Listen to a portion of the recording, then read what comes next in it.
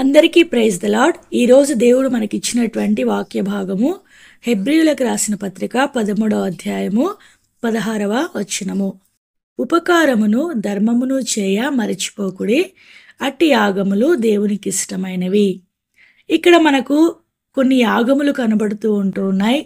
ఆ యాగములు దేవునికి ఇష్టమైనటువంటి యాగములు అనేటువంటి విషయాన్ని ఇక్కడ దేవుని వాక్యంలో దేవుడు తెలియజేస్తూ ఉంటూ ఉన్నాడు. ఇక్కడ మనం పై వచనంలో కూడా గమనిస్తే ఒక యాగం కనబడుతుంది. ఆ యాగం ఏంటంటే స్తుతి యాగము. 15వ వచనంలో మనం చూసినట్లయితే ఆయన ద్వారా మనము దేవునికి ఎల్లప్పుడూ స్తుతి యాగము చేయుదుము. ఈ స్తుతి యాగము అనేటువంటి దాని గురించి ఇంతకుముందు మనము ధ్యానించాము. కీర్తనలు 50వ అధ్యాయము 23వ వచనాన్ని ఆధారం చేసుకొని మనము స్తుతి యాగం గురించి మనము కొన్ని విషయాలు తెలుసుకుంటూ వచ్చాం. స్తుతియాగం అర్పించువాడు నన్ను మహిమపరచుచున్నాడు, నేను వానికి దేవుని రక్షణ కనుపరిచినట్లు వాడు మార్గము సిద్ధపరచుకొనెను అనేటువంటి వాక్యాన్ని ఆధారం చేసుకొని మనము ఆ దినమున ధ్యానించుకుంటూ వచ్చామన్నమాట. అంటే స్తుతియాగం అర్పించడం కూడా దేవుణ్ణి మహిమపరచటము అనేటువంటి విషయాన్ని ఆ దినాన మనము చూస్తూ వచ్చాం. అయితే ఇక్కడ రెండవది మూడవది ఇక్కడ 3 యాగములు మనకి ఇక్కడ తెలియజేయబడుతూ ఉంటూ ఉన్నాయి. మొదటిది స్తుతి యాగము. అయితే ఈ దినం మనము దాని గురించి చూడటం లేదు, కానీ ఉపకారమును ధర్మమును అనేటువంటి ఈ 2 విషయాల్ని మనం ఇక్కడ చూస్తూ ఉంటూ ఉన్నాం. వీటిని చేయటానికి మనము మర్చిపోకూడదు అనేటువంటి విషయాన్ని కూడా దేవుని వాక్యంలో దేవుడు తెలియజేస్తూ ఉంటూ ఉన్నాడు అనమాట. 1 కొరింథీ 12వ అధ్యాయము 27-28 వచనాలు మనం చూసినట్లయితే, అటువలే మీరు క్రీస్తు యొక్క శరీరమై ఉండి వేరువేరుగా అవయవములై ఉన్నారు. యేసుక్రీస్తు రక్తం చేత కొనబడి ఆయన సంఘములో ఒక అంగముగా ఒక అవయవముగా చేయబడినటువంటి వారి యొక్క పనులు ఇక్కడ చెప్పబడుతూ ఉంటున్నాయి. అంటే మన శరీరానికి ఎలాగైతే అవయవాలు, చేతులు, కాళ్ళు, కళ్ళు, ముక్కు ఇలాగ అవయవాలు ఉంటూ ఉన్నాయో అలాగున్నే మనం కూడా సంఘంలో ఒక అంగముగా ఒక అవయవంగా చేయబడ్డామని, ఈ అవయవముల యొక్క పని ఇక్కడ దేవుని వాక్యంలో ఒక్కొక్కరికి ఒక్కొక్క పని అప్పగించినట్లుగా చూస్తామన్నమాట. అంటే కొందరిని ప్రవక్తలుగా, కొందరిని బోధకులుగా, కొందరిని అద్భుతాలు చేసేటువంటి వారిగా, అంటే ఒక్కొక్కరికి దేవుడు ఒక్కొక్క వరాన్ని ఇచ్చి ఆయన సంఘంలో ఒక అంగముగా చేర్చి వాడుకుంటూ ఉన్నట్లుగా ఇక్కడ దేవుని వాక్యంలో ఈ 2 వచనాల్లో మనము గమనించవచ్చు. అయితే ఇదే వచనంలో మనం చూసినట్లయితే కొందరిని ఉపకారములు చేయువారిని గాను, అంటే ఈ యొక్క దేవుని వాక్యంలో మనం గమనించినట్లయితే ఉపకారం చేయటం అనేటువంటిది కూడా దేవుని అవయవములు చేస్తూ ఉన్నటువంటి ఒక పని అనేటువంటి విషయాన్ని ఇక్కడ దేవుని వాక్యంలో దేవుడు తెలియజేస్తూ ఉంటూ ఉన్నాడు. దేవుని వాక్యంలో దేవుడు తెలియజేసే విషయంలో మనం గమనిస్తే ఉపకారం చేయటం అనేది దేవునికి ఇష్టమైనటువంటి యాగముగా చెప్పబడుతూ ఉన్నది. అదేవిధంగా ఉపకారం చేయటం అనేది దేవుని అవయవముగా ఉన్నటువంటి మన యొక్క పనిగా ఇక్కడ చెప్పబడుతూ ఉన్నదనమాట. అంటే మనం అనేకులకు ఉపకారం చేసేటువంటి వారంగా ఉండాలని దేవుని యొక్క వాక్యంలో దేవుడు మనకు తెలియజేస్తూ ఉంటూ ఉన్నాడు. అయితే దేవుడు ఎవరికి ఉపకారం చేయమని దేవుని వాక్యంలో తెలియజేస్తూ ఉన్నాడో మనం కొన్ని విషయాలు చూస్తాము. సామెతల గ్రంథం 19వ అధ్యాయము 17వ వచనం మనం చూసినట్లయితే, బీదలను కనికరించువాడు యెహోవాకు అప్పిచ్చువాడు, వాని ఉపకారమునకు ఆయన ప్రత్యుపకారము చేయును అనేటువంటి వాక్యం ఇక్కడ రాయబడుతూ ఉన్నదనమాట. అంటే బీదలైనటువంటి వారిని కనికరించడం అనేది దేవునికి అప్పిచ్చేటువంటి విషయమే కాకుండా అది ఒక ఉపకారంగా ఇక్కడ పరిగణించబడుతూ ఉన్నట్లు దేవుని వాక్యంలో దేవుడు తెలియజేస్తూ ఉంటూ ఉన్నాడు. ఎవరైనా మన యొక్క చుట్టుప్రక్కల కానీ లేకపోతే పేదవారుగా ఉన్నటువంటి వారిని మనము ఏం చేయాలి అంటే కనికరించాలి, వారి ఎడల జాలి చూపించాలి. వారిని హీనంగా మనం చూసేటువంటి వారంగా ఉండకూడదు. మన స్థాయిని బట్టి మనం గర్వించి వారిని ఒక చులకన స్వభావంతో చూసేటువంటి వారంగా మనం ఉండకూడదు, కానీ వారి పరిస్థితిని బట్టి వారి ఎడల మనము కనికరం కలిగి మనం చేయగలిగింది వారికి చేసినప్పుడు మనము ఎవరికి అప్పించినట్లుగా ఇక్కడ చెప్తూ ఉన్నారు? దేవునికి అప్పించినట్లు అనేటువంటి విషయాన్ని దేవుని వాక్యంలో దేవుడు తెలియజేస్తూ ఉంటున్నాడు. అంటే బీదల విషయంలో దేవుడు ఎంత పట్టింపు కలిగి ఉంటున్నాడో ఈ యొక్క వాక్యం ద్వారా మనకు తేటపరచబడుతూ ఉంటున్నదనమాట. బీదలను మనం ఎల్లప్పుడూ కనికరించినప్పుడు మనము యెహోవాకు అప్పిచ్చే వారంగా ఉంటాం. అది కూడా ఒక ఉపకారముగా ఇక్కడ చెప్పబడుతూ ఉన్నది. అయితే ఈ ఉపకారానికి దేవుడు ఏం చేస్తాడంట? ఖచ్చితంగా ప్రత్యుపకారము చేసేటువంటి దేవుడుగా ఉంటూ ఉన్నాడని దేవుని వాక్యంలో ఇది నాన్న దేవుడు మనకు తెలియజేస్తూ ఉంటూ ఉన్నాడు. గనుక బీదలను మనము కనికరించి వారి ఎడల దయ కలిగి వారిని మనము ప్రేమించేటువంటి వారంగా ఉండాలని దేవుని వాక్యంలో దేవుడు మనకు ఈ దినమున తెలియజేస్తూ ఉన్నట్లుగా చూడవచ్చు అన్నమాట. 3వ యోహాను రాసిన పత్రిక 1వ అధ్యాయము 5వ వచనం నుంచి 8వ వచనాలు మనం చూసినట్లయితే ఇక్కడ పరదేశులైనటువంటి వారిని దేవుని వాక్యంలో దేవుడు మనకు చూపిస్తూ ఉంటూ ఉన్నాడు. అంటే బీదలైనటువంటి వారిని కనికరించడం ఒక ఉపకారంగా అక్కడ చెప్పబడుతూ వచ్చింది. అయితే రెండవదిగా ఇక్కడ గమనించినట్లయితే పరదేశులుగా ఉన్నటువంటి వారి విషయంలో మనము ఎలాగున మనము ప్రవర్తించాలో ఇక్కడ దేవుని వాక్యంలో దేవుడు తెలియజేస్తూ ఉంటూ ఉన్నాడు. ప్రియుడా, వారు పరదేశులైనను సహోదరులుగా ఉన్నవారికి నీవు చేసినదెల్లా విశ్వాసికి తగినట్టుగా చేయుచున్నావు. వారు నీ ప్రేమను గూర్చి సంఘం ఎదుట సాక్ష్యమిచ్చిరి. ఈ యొక్క అధ్యాయం అంతా కూడా గాయుకు యోహాను భక్తుడు రాసినట్లుగా ఇక్కడ చెప్పబడుతూ ఉన్నదనమాట. గాయు తన జీవితంలో సంఘంలో చేసినటువంటి ఉపకారములన్నీ కూడా ఇక్కడ చెప్పబడుతూ ఉంటూ ఉన్నాయి.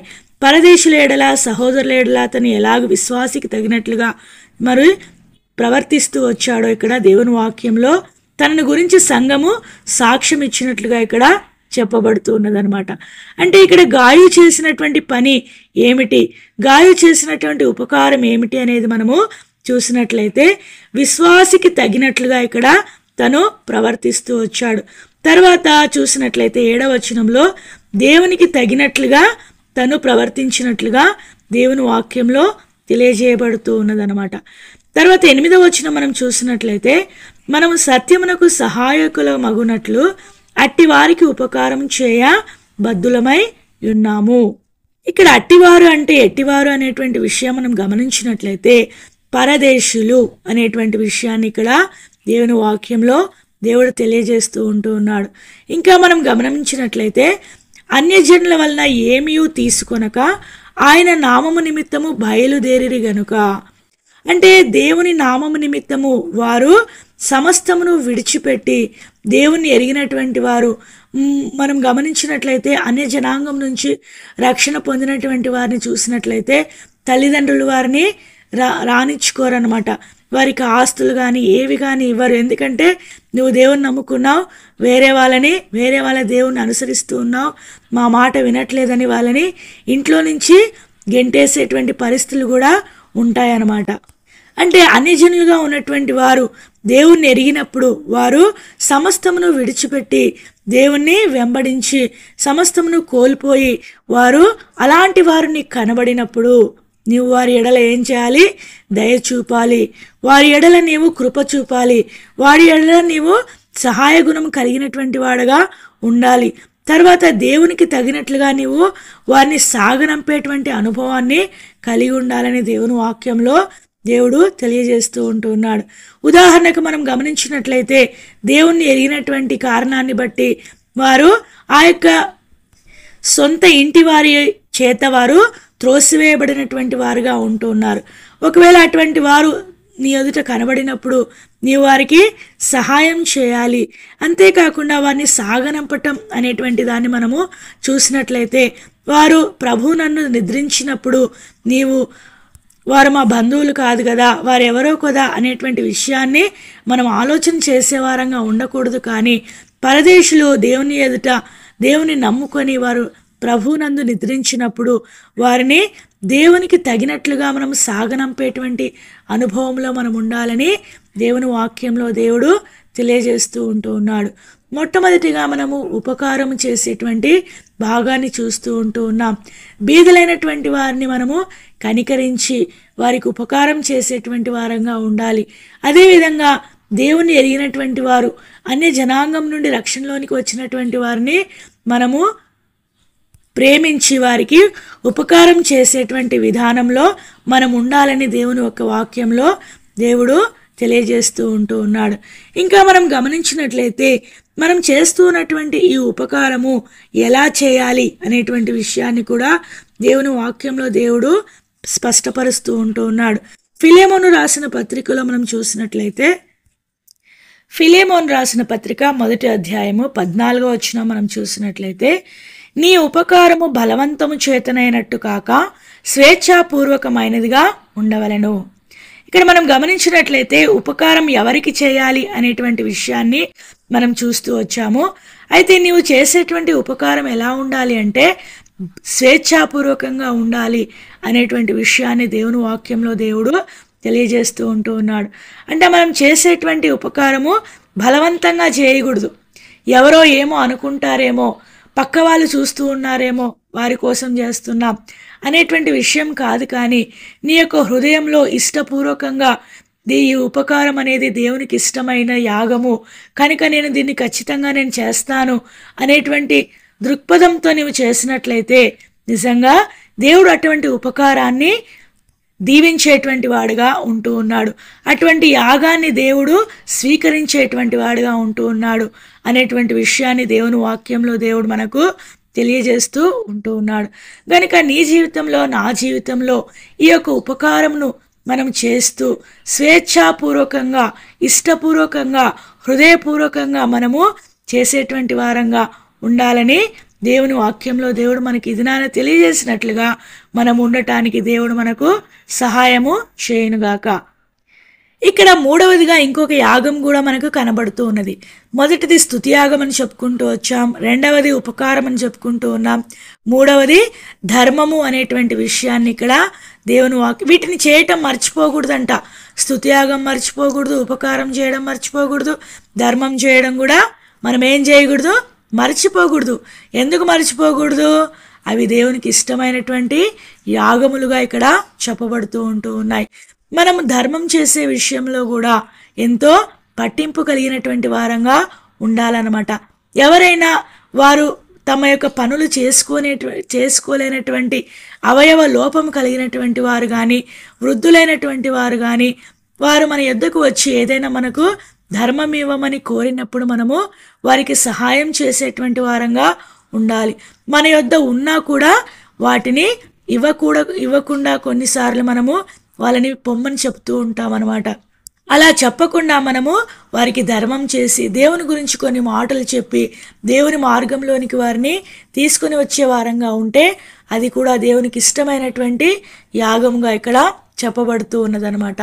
అలాగున నీ జీవితంలో, నా జీవితంలో ఈ యొక్క 3 యాగములు చేస్తూ దేవునికి ఇష్టమైనటువంటి జీవితాన్ని జీవిస్తూ ఉండాలని దేవుడు మనకు సహాయం చేయనట్లుగా మనము ఆయనను వేడుకొనవలసినటువంటి వారంగా ఉన్నాం. మరొకసారి మనకి ఇచ్చినటువంటి వాక్య భాగమును చదువుకొని మనము ముగించుకుందాం.